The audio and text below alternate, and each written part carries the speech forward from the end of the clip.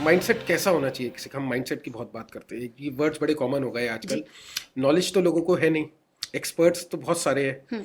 बात ही आजकल M word तो बड़ा फेमस हो गया, mindset, manifestation, mind, mindful, mindfulness.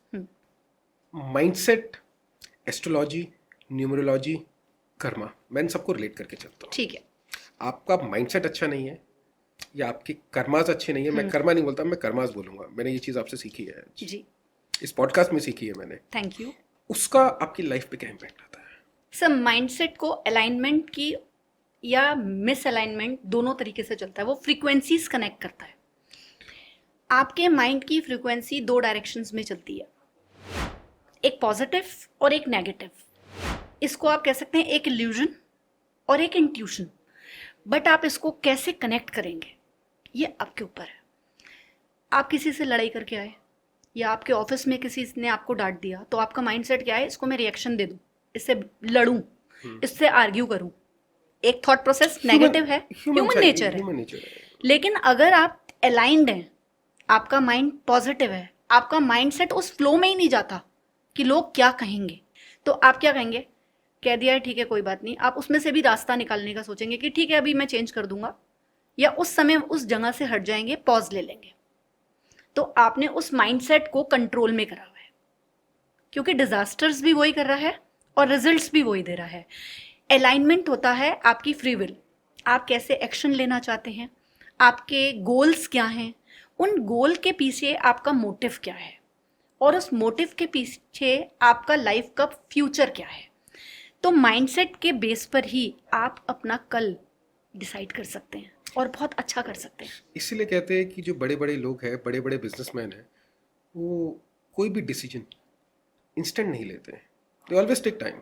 मतलब हम लोगों के साथ ही मैंने बहुत खासकर अपनी फील्ड में देखा है कि जब कोई किसी किसी बड़ी डील्स जब होती है ना, गवर्नमेंट की डील्स होती है या किसी बड़ी कंपनीज की डील होती है, they usually take some time, 3 to 4 days, कि वो सोच सके what is the right thing, whether we should go for that deal or whether we should pause this deal or whether we should defer this deal for some other better deal, या हम इसको कुछ महीने बाद हम इसको कर लेंगे। और उनके डिसीजंस मैंने देखे कि यूजुअली सही होते हैं। देखिए, रेयर केसेस तो हर जगह होती है, एक्सेप्शंस तो हर जगह होती है।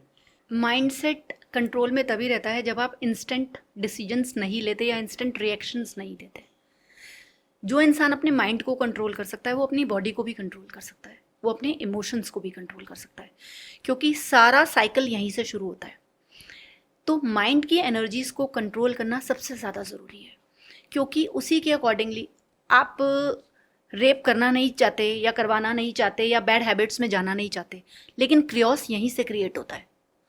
यहाँ की एनर्जीज फ्लक्चुएट होती हैं, तो आपने देखा सारा रूटीन चलता है। अगर आप मॉर्निंग में उठ के इसको चैनलाइज कर लें कि माइंड को आपने एक ट्यून देनी है कि आज मुझे दिन में 2-3 काम अच्छे करने हैं। देखिए, माइक्रो हैबिट्स में चलना पड़ेगा माइंड को ट्रेंड करने के लिए। अगर आप ये सोचें कि मैं 80% 70% एक दिन में माइंड को पॉजिटिव कर दूं, ऐसा कोई नहीं कर सकता, और ऐसा सिस्टम भी नहीं है। यहाँ पर भी उतना ही समझ आएगा जितनी आपकी कैपेसिटी है। आपने देखा कि किसी से सुना आपने कि भगवान का वास दिल में होता है या माइंड में होता है? हमेशा दिल ही कहते हैं ना, दिमाग में नहीं कहते, क्योंकि परमात्मा खुद कहता है कि यहाँ से सोचो, यहाँ से मत सोचो, क्योंकि यहाँ तो शैतान ही है। मोस्ट ऑफ द टाइम यहाँ शैतान रहेगा। जब तक तुम अपनी एनर्जीज को अलाइन नहीं करोगे अपने माइंड के अकॉर्डिंगली, हमेशा वो डेविल माइंड चलता ही रहेगा।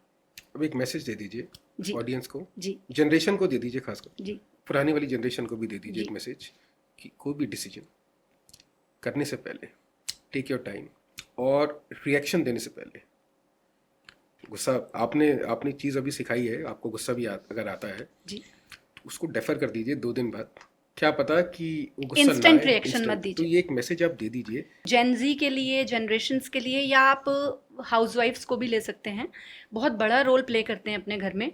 लेकिन इंस्टेंट रिएक्शंस कभी नहीं देने चाहिए। जब भी आप इंस्टेंट रिएक्शन देंगे, हमेशा आपका काम बिगड़ेगा।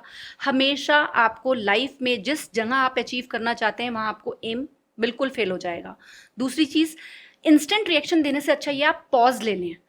अगर आप स्पिरिचुअल हैं या आप गॉड में बिलीव करते हैं तो वो पॉज ऑटोमेटिकली आपकी वॉइस में आएगा ही आएगा, आपके माइंड में आएगा। तो प्लीज़ कभी भी गुस्से में हो तो कोई भी डिसीजन मत लीजिएगा, कभी बहुत ज़्यादा खुश हैं तो भी डिसीजन मत लीजिएगा। थोड़ा सा एनर्जीज़ को नॉर्मलाइज होने दीजिए, फिर डिसीजन लीजिएगा। देखिएगा आपका दिन कितना शुभ और कितना बेहतरीन रहेगा।